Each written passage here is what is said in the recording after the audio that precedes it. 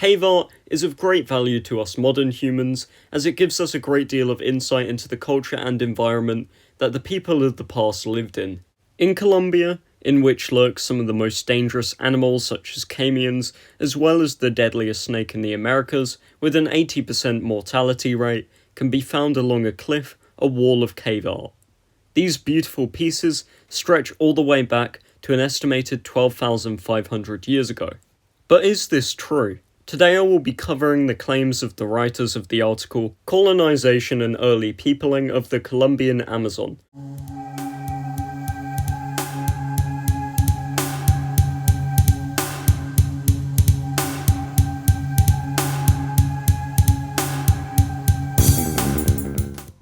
Hello there fellow humans, and today I will be talking about the cliff art of La Serranía La Lindosa, and the counter-arguments on what a prominent article claims. Buckle up, because today we are going to look at some of the most insane archaeological claims in recent history.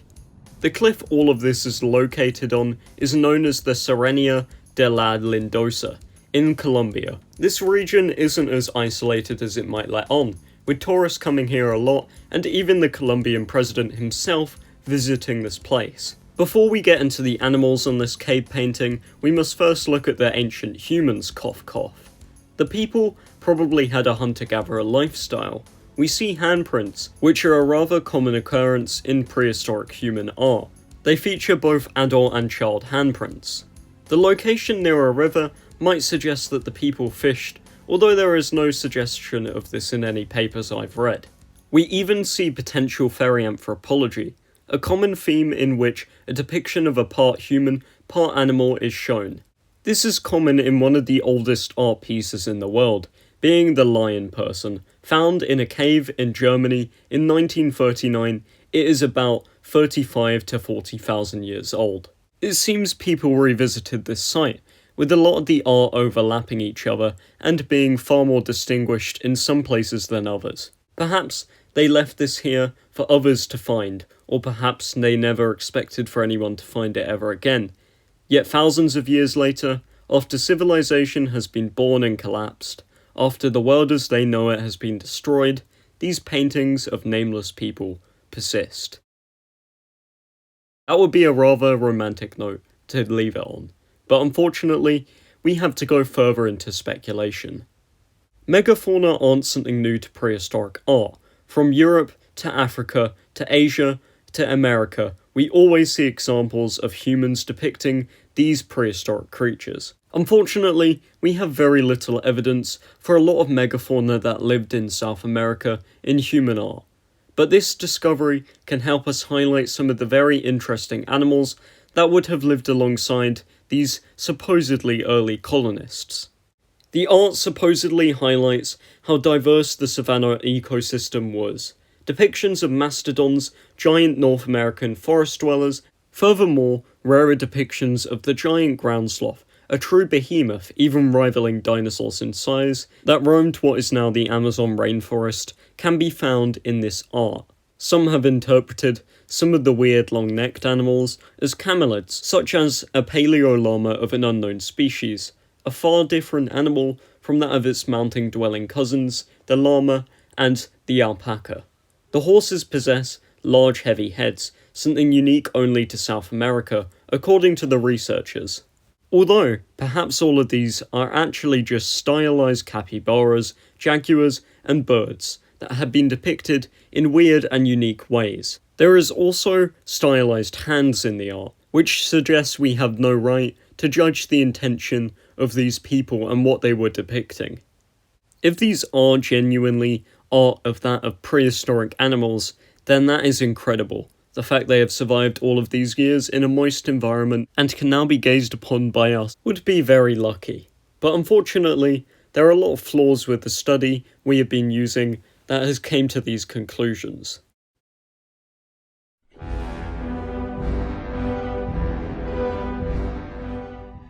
The main flaws of the article that comes to this conclusion are they lie to the press about discovering the cliff art and the fact that it is 8 miles long.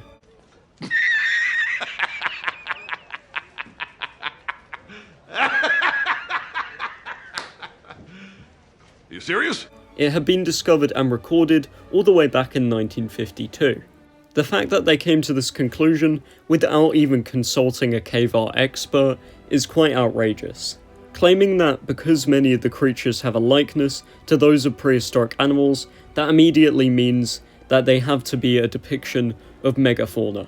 The final thought I want to touch on is the fact that the dating of the cave art is inaccurate at best. In the article, they only use 6 examples to say that these are depictions of prehistoric animals, and these are barely highlighted on the actual cave art themselves, not being any larger than the people. The supposed giant ground sloth doesn't even have a tail, which would suggest it is far more likely to be some sort of weird depiction of a capybara, or perhaps a modern sloth, than that of a giant ground sloth. Prehistoric human art and cave art experts such as Jeff Lefebvre, who have visited the location, are concerned about whether these claims actually have any scientific basis. The article uses an awful amount of hyperbole. It's so detailed we can see the horsehair. This quote from the images provided is completely wrong. The horses are barely even that clear, if horses at all. They could easily be some sort of weird depiction of a tapir, or maybe something else entirely. There is one big issue with these claims though. See, I lied. This rock art probably isn't 12,500 years old. I'm sorry. The material left at the sites nearby are most definitely 12,000 years old, but we can't judge the age of the art after other archaeological sites. The date range actually proposed by experts is 300 to 12,000 years ago, although the article seems to completely ignore this range, only going with 12,500 because it sounds older and supports their argument that there are prehistoric animals in these cliff paintings. All of the debates on this are wonderfully articulated by Jeff Lefebvre in the video by Arara, which I will link in the pinned comment and the description. I'm not claiming that I made any of these debates, and I am of course up for a debate in the comments. In conclusion, the article and the media used complete hyperbole and spread a lot of misinformation, which will forever ruin any real discussion around these wonderful cliff paintings.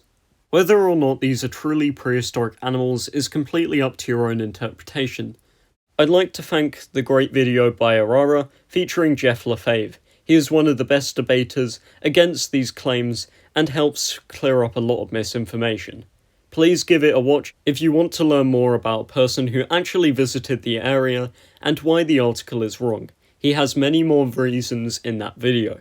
Thanks for watching, and I hope I did a decent job of presenting both sides of the argument. Goodbye for now.